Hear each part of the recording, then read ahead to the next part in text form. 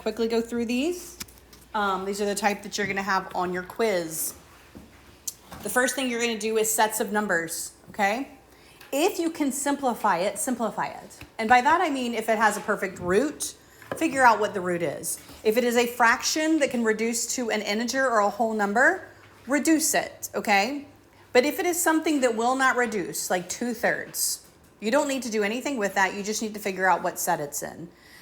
For this example, square root of 75. While I could reduce this technically, right, to 5 squared of 3, because 25 and 3, it doesn't help me as far as number sets. It does not have a perfect root. Had this been the square root of 25, I would have said, well, that is just 5. What number set does 5 belong in, okay? But if you can't reduce it, then decide right then what number set it's in. In this particular case, we have a root that does not have a perfect answer, right? Which means the answer for this is going to be a decimal that does not repeat and that does not terminate. That is irrational, all right? Now, on your answer key and on my answer key, your irrational is always going to be listed as I, okay? So you're welcome to do irrational as I on your quiz as well. I or Q prime is irrational, but you have to follow that flow chart up. It wants the set or sets, meaning if it belongs to more than one set, list all of them. Here's a little context clue. They're all real, okay? So make sure you put real on all of them, all right? Don't list all the sets.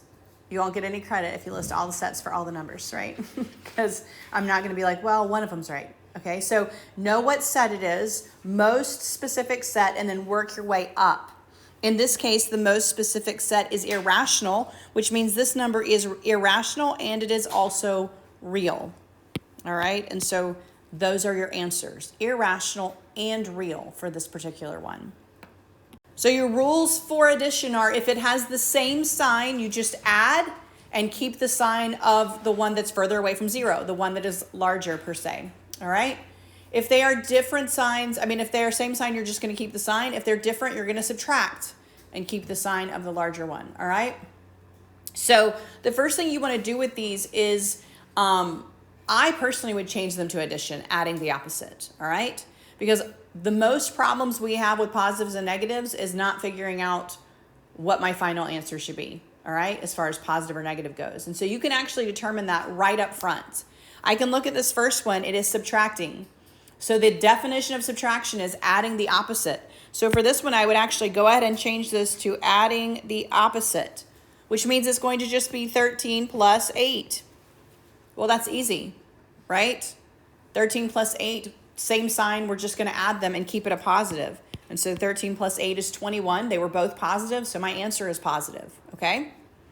If I look at the next one, though, and I do the same thing, and the reason I'm going to show you to do it this way is because subtracting mixed numbers confuses absolutely everyone, because we have to borrow and then put it in fraction form, and people never do that correctly. So I would recommend when you have a mixed number to change it to an improper fraction, all right?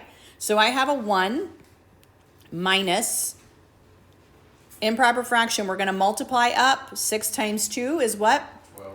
And then we're going to add over. So we have 17/6, right? Everybody see that?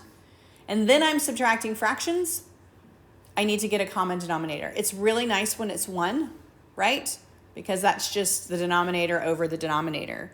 So this is going to be 6/6, right? Minus 17/6.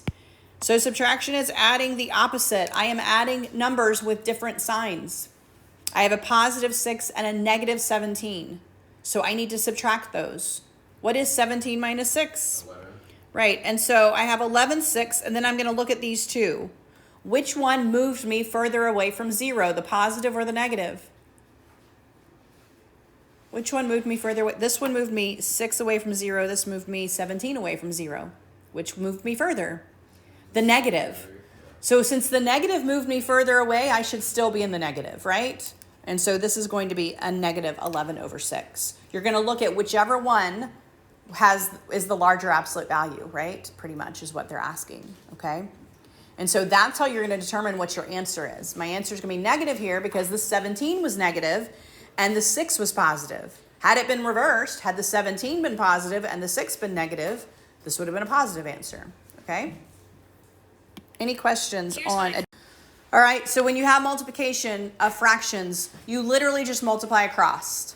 If you can cross cancel, this is where you cross cancel.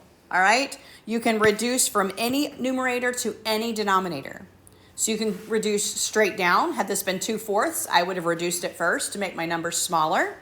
Or if any of these reduced, 5 and 3, 2 and 3, which they don't, but had they, I can reduce any numerator to any denominator when I am multiplying fractions, okay? Once you have determined whether or not you can reduce and have reduced if you can, you literally just multiply across, all right? And so I'm going to say 5 times 2 gives me 10, 3 times 3 gives me 9, and then I'm going to say I had one negative and one positive, so my answer here should be negative. Remember with multiplication, a positive and a negative is going to be a negative. You don't even have to worry about which one's bigger. That doesn't matter with multiplication. So the beautiful thing about division is if you know how to multiply, you know how to divide because it's just the inverse, right? And so we're going to keep, change, flip. When it looks like this, a fraction over a fraction, this is your division line right here, okay? So I'm going to keep the top guy. I'm going to change the division to multiplication. And I am going to flip the bottom guy, right? And I'm going to write it out just like this one looked. So I'm going to keep the top exactly the same, -7 over 9. Instead of division, I'm going to change it to multiplication. And for the bottom, I am going to flip it. Instead of 3 over 2, I'm going to say 2 over 3. And now I have a multiplication just like I did on the problem before it, okay?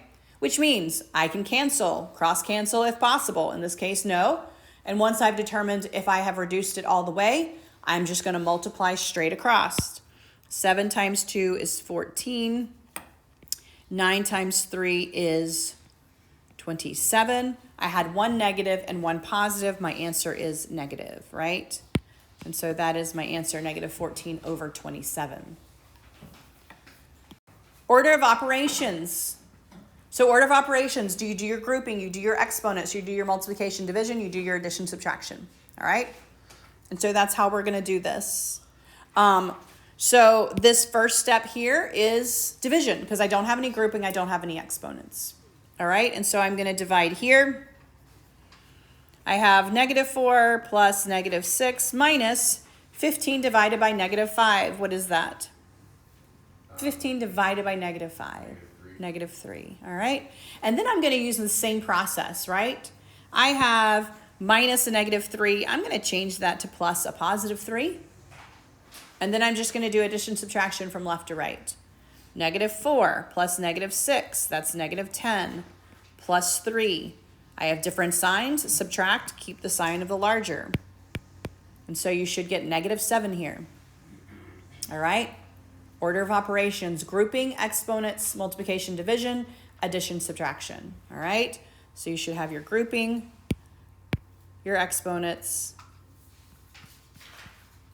your multiplication and division together from left to right, and then your addition, subtraction together from left to right, all right? And then basically the evaluate is order of operations by plugging stuff in. So you're going to just plug in all of those variables and do what I just did. They're telling me A is 3, C is -1. So I'm going to say -3 times 3, and that is multiplied by 4 plus -1. I'm going to do my grouping here. -4 times -1, plus -1 is -5. And then I'm just going to multiply across. -3 times +3 times -15. Two negatives, my answer is going to be +45. +45. So when you look at these, you need to just group them by the things that are alike, okay? Once you've grouped them by what's alike, then you're just going to simplify them based on our rules, our properties of exponents. So when I look at this first one, I recognize that I have a 2 and a 2. So I'm going to multiply the 2's, right? I have m cubed and m cubed. So I'm multiplying my m's. And then I have an n cubed. So I have that one. You'll notice once again, I have a technique here. I am underlining it when I have accounted for it. I'm telling you this because I know what the common mistakes are. The common mistakes are we forget one of these, okay? We forget that second 2 and we have a 2 in our answer instead of a 4, okay? And so make sure you have accounted for every piece of it when you're doing these. 2 times 2 is 4. M cubed times m cubed, I've added those, so m to the 6th. N does not change. So you end up with 4 m to the 6th n cubed, okay? That's how you would do something like that. Multiply your numbers, then multiply each of your variables with the like variable, all right? That's your first thing. Just basic multiplication means you add your exponents. The next type of problem you're going to run into is power to a power, meaning you have a whole group taken to a power, like the second one over here. For this one, I am going to take each piece and I am going to raise it to that power. So I have 2 and I'm going to raise that to the third power. I have b and I'm going to raise b to the third power. And then I have a cubed and I'm going to raise a cubed to the third power. So each piece of it is taken to that power. The first 2 are rather simple because their exponent was a 1, so it didn't really get affected by this other than just taking it to the power. 2 cubed, I'm just going to multiply that out. 2 times 2 times 2. B cubed, well, that stays a b cubed. This is a rule.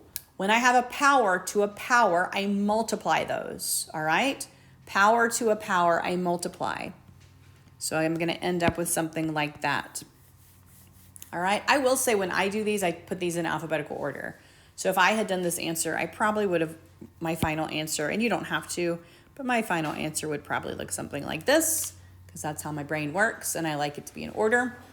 Once we get to like standard form of polynomials, you actually kind of have to do it in a specific order. All right. The next one is your division property or your quotient property. Again, I am going to line up my individual pieces here. All right. On the top, what's my number on top? My number, my coefficient. If you don't see a coefficient, what is it? It's a 1, right? So technically I have a 1 on top. I have a 1 on top. And so my numbers look like this, 1 over 2. Then I have x cubed over x squared. Then I have y to the 4th over y to the negative 2. So you see how I split it up by what's in common, right? And then I'm just going to deal with those individually, all right? 1 over 2, does that reduce in any way? Unless I put it as a decimal, as a fraction, it does not, right? So I'm not going to reduce the 1 over 2. I'm going to have a 1 on top and a 2 on bottom, all right? Let's look at these x's. My rule says to subtract. So this is going to be x to the 3 minus 2, right? That's what my rule says, subtract. So that is x to the first power. If it is positive, it's going to go where? Top or bottom? Top. So I'm going to have an x on the top. All right? My next one are my y's. This is y, and it's 4 minus a negative 2. Remember my rule, subtraction is adding the opposite. So that is 4 plus 2, which is y to the 6th. Also positive, it's also going to be on top. So my answer is going to look like this, y to the 6th, x, I don't know why they flipped those, over 2, all right? I have x, y to the 6th, same thing. Now, let's go back and see if that makes sense. Obviously my 1 over 2, right? But here if I look at my x's, where is my larger exponent for my x's, on top or bottom? Top. Where did my x end up? Top. Y, is 4 larger than negative 2 or smaller than negative 2? Larger. My larger y was on top. My y ended up on top. All right? And so that's a quick double check. Does my answer make sense?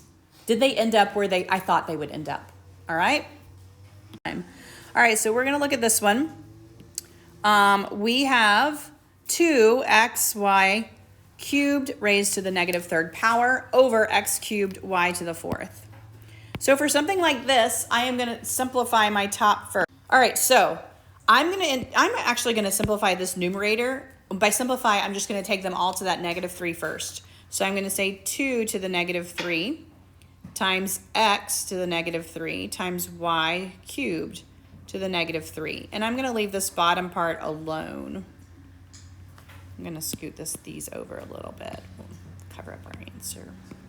All right. Now, I'm going to then separate them after I simplify this y right here. I'm actually not going to simplify my 2. I'm going to leave it 2 to the negative 3 for right now. And this is going to be y to the negative 9, right? 3 times negative 3. All right. And I'm going to line this up right here. All right. So I have 2 to the negative 3. My exponent is negative. Where is that 2 to the 3 going to end up? On the bottom. So I'm actually going to move 2 to the negative 3 to the bottom. So I'm going to have 2 cubed on the bottom there. All right, let's look at my x's.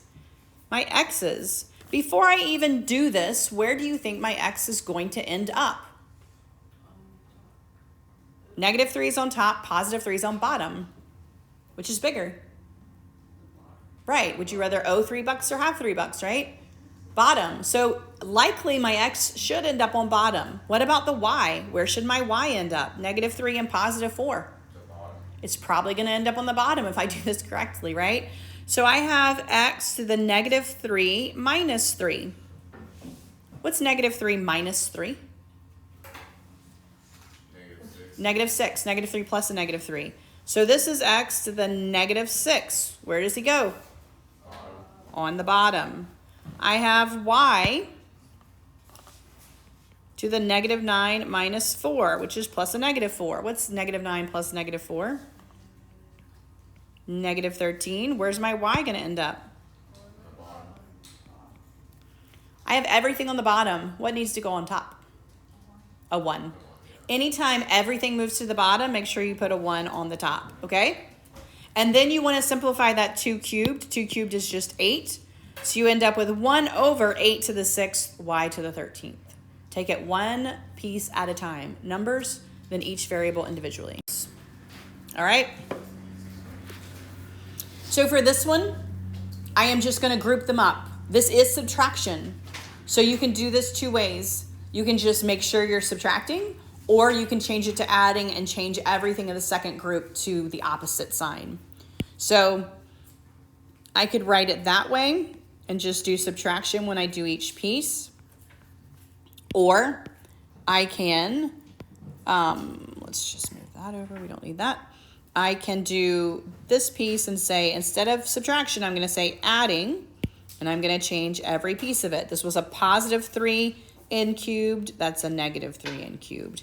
This was a positive 8. That's going to be a negative 8. This was a negative 8n squared. That's a positive 8n squared.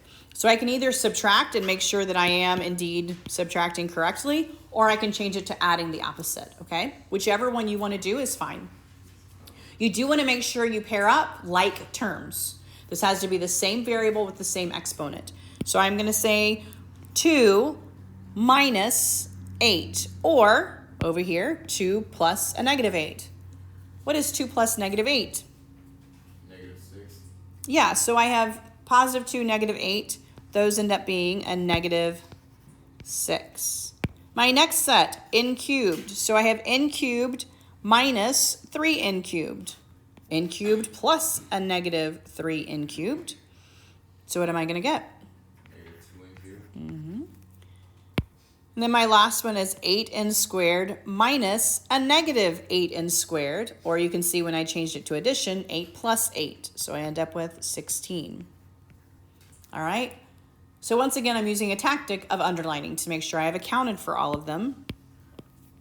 And you will see that this is how you would want to do this. This is standard form, right?